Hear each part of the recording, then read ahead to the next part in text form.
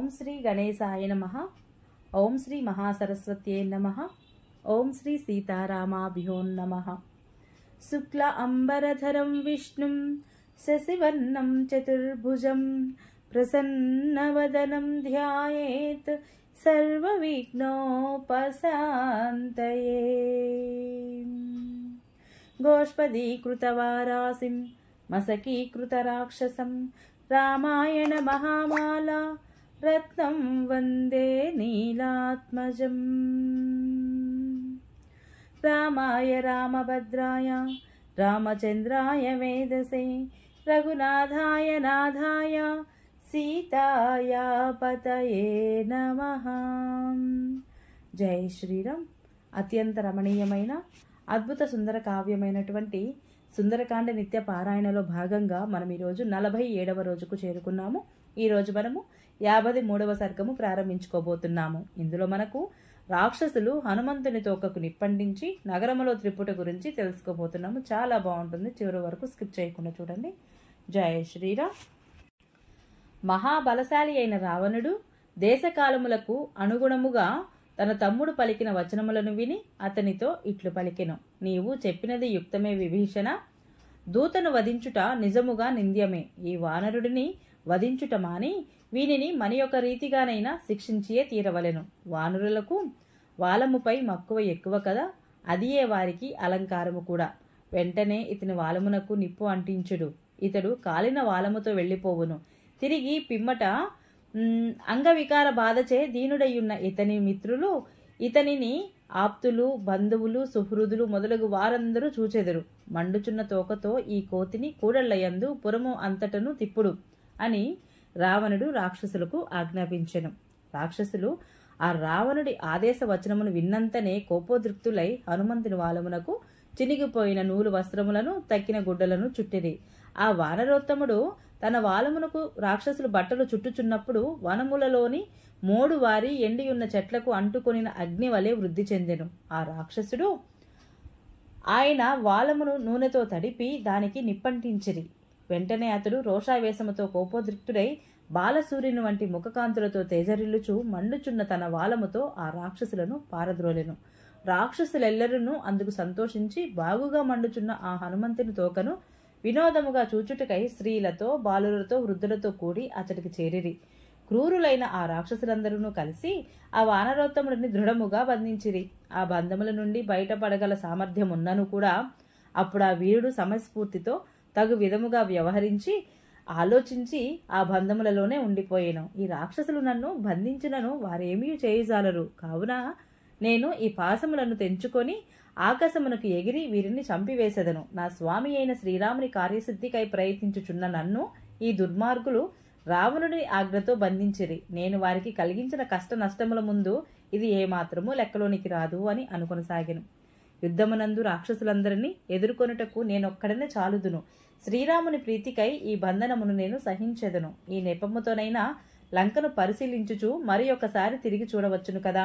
ఇంతకు ముందు రాత్రివేళ దుర్గ నిర్మాణ విధానమును నగర రక్షణకై రహస్యములైన ఏర్పాట్లను నేను సరిగా చూడనే లేదు. కనుక పగటిపూట ఈ లంకను తప్పక పరిశీలించుచు చూడవలెను. అందువలన మున్ముందు లంకలో ఎట్లు పోరాడవలనో తెలుస్తుంది. ఈ రాక్షసులు మరలా నన్ను బంధించి నా వాలాగ్ని జ్వాలలతో తమ ఇష్టప్రకారము నన్ను బంధింతురు కాక అయినను నా మనసుకు ఏమాత్రము క్లేశము కలుగదు.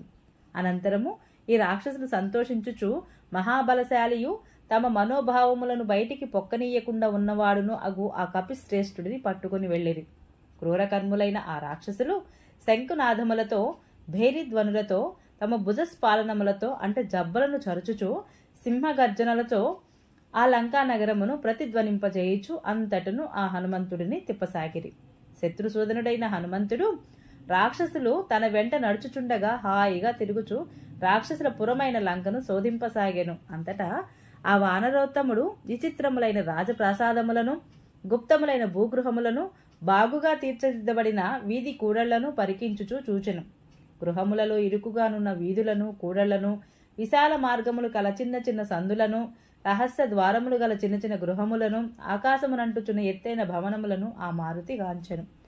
రాక్షసులందరూ 4 వీధుల కూడళ్లయందు 4 స్తంభముల మండపముల యందును రాజమార్గమునందును ఈ వానరుడు గూఢాచారిని చూడండి చూడండి అని చాటుచుండిరి. మంటలతో కూడియున్న వాలమును కల ఆ హనుమంతుడు చూడగోలిన వారై ప్రతి గృహము నుండి స్త్రీలు, బాలురు, వృద్ధులు కుతూహలముతో బయటకు వచ్చిరి.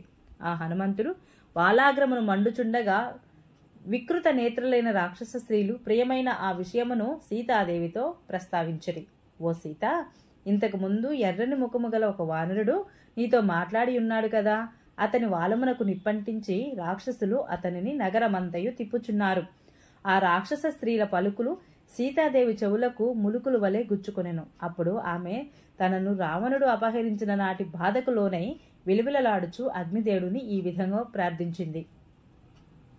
విశాలాక్షియు సాధ్వియు అయిన సీతాదేవి హనుమంతుని క్షేమమును శుభములను కోరుచు అగ్నిదేవునకు ఇట్లు విన్నవించెను. నేను పతిసేవా పరాయణురాలునే అయినచో, తపమాచరించి ఉన్నచో, నేను నిష్కలంక పతివ్రతనే అయినచో, ఓ అగ్నిదేవ హనుమంతుడిని చల్లగా చూడుము. దేవా, నేను ఏమాత్రమైనను ధీమంతుడైన ఆ శ్రీరామచంద్ర ప్రభువు యొక్క దయకు నోచుకుని ఉన్నచో, నా పుణ్యఫలము ఏ కొంచెమైనను మిగిలి ఉన్నచో ఆ మారుతిని చల్లగా చూడుము తండ్రి. ధర్మాత్ముడైన నా స్వామి నన్ను సచ్చీల సంపన్నగా భావించినచో, తన సమాగమము కొరకై నేను 1000 కన్నులతో ఎదురు చూచుచున్నట్లు ఎరింగినచో, ఓ హవ్యవాహన వాయుసుతుడిని చల్లగా చూడుము. పూజ్యుడు సత్యసంధుడు అయిన సుగ్రీవుడు నన్ను ఈ దుఃఖ సముద్రము నుండి గట్టెక్కింపగలడు అని ఓ వైశ్వానరా ఆంజనేయుడిని చల్లగా చూడుము. సీతాదేవి యొక్క ప్రభావమున హనుమంతునకు క్షేమము కలుగును అని తెలుపుచున్నాడా అన్నట్లుగా తీక్షణమైన అగ్ని నెమ్మదిగా ప్రదక్షిణ పూర్వకముగా ప్రజ్వలింపసాగెను. హనుమంతుని తండ్రి అయిన వాయుదేవుడు కూడా కపీశ్వరుడికి వాలాగ్నితో కూడియుండి సీతాదేవి ప్రభావమున మారుతికి స్వస్థత చేకూరున్నట్లుగా మంచు గాలి వలె చల్లగా వీచెను. వాలము దహింపబడుచుండగా వానరోత్తముడు ఇట్లు ఆలోచించసాగెను. ప్రజ్వరిల్లుచున్న ఈ అగ్ని నా శరీరమును ఏల కాల్చుటలేదు. మహాజ్వాలలతో కనబడుచున్న ఈ అగ్ని నన్నే మాత్రము బాధించుటలేదు. నా వాలము చివర ఒక మంచు రాసి పెట్టబడి ఉన్నట్లుగా, లేదా దానికి కారణము ఇది అయి ఉండవచ్చును. నిన్న సముద్రముపై ఎగురుచున్నప్పుడు శ్రీరామునిపై గల ఆదరము వలన మైనాక పర్వతము నాకు సహాయపడుటకై సముద్రము నుండి పైకి వచ్చెను. ఇది ఒక ఆశ్చర్యకరమైన దృశ్యము. సముద్రమునకు ధీమంతుడైన మైనాకుడును శ్రీరామునకు సహాయపడుటకై అంతగా తమకు ఉన్నప్పుడు అగ్నిదేవుడు సైతము ఏల సహాయపడడు? సీతాదేవి కనికరము వలనను శ్రీరాముని తేజ ప్రభావమునను ఇట్లు జరిగి ఉండవచ్చును కదా. లేదా నా తండ్రి అయిన వాయుదేవునకు మిత్రుడగుట వలన అగ్నిదేవుడు నన్ను దహింపక ఉండవచ్చును. మరలా ఆ హనుమంతుడు ఒక క్షణము కాలము పాటు ఆలోచనలో పడెను. ఈ రాక్షసాధములు రామబంటునైనా నా అంతటి వాణిని బంధించగలిగిరి. సరే, నేను పరాక్రమవంతుడైనచో దీనికి ప్రతీకారము చేసియే తీరవలెను అని అనుకొనెను. అంతటా మహాబలశాలి అయిన హనుమంతుడు ఆ బంధనములను ఛేదించుకొని వేగముగా ఆకాశమునకు ఎగిరి పెద్దగా గర్జించెను. అప్పుడు సర్వశుభ లక్షణ సంపన్నుడైన హనుమంతుడు పర్వత శిఖరము వలె ఉన్నతమైనదియు రాక్షస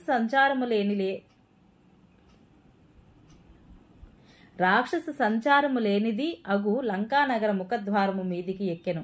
ప్రతిభాశాలి అయిన మారుతి పర్వతమంత ఎత్తునకు ఎదిగి క్షణకాలములో మరలా చిన్న రూపమును పొంది ఆ బంధములను వదిలించుకొనెను. దీశాలి అయిన మారుతి బంధ విముక్తుడైన వెంటనే మరలా పర్వత సదృశుడై అటు ఇటు పరికించి చూడగా ఆయన దృష్టి తోరణ ద్వారము మీదున్న ఇనుప గుదియపై పడెను.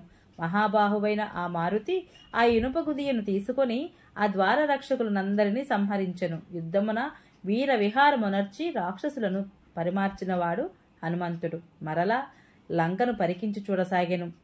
అప్పుడతడు బాగుగా మండుచున్న వాలాగ్ని జ్వాలలతోనూ ఒప్పుచున్న కిరణ తేజ పుంజములతో విలసిల్లుచున్న సూర్యుని వలె తేజరిల్లెను. వాల్మీకి మహర్షి విరచితమై ఆది కావ్యమైన శ్రీమద్ రామాయణమునందలి సుందరకాండమునందు 53వ సర్గము సమాప్తము. జై శ్రీరామ్. ఈరోజు పారాయణ ఇంతటితో సమాప్తం. ఈ వీడియో మీకు నచ్చినట్లయితే please subscribe my channel, like, share, comment please. Thank you.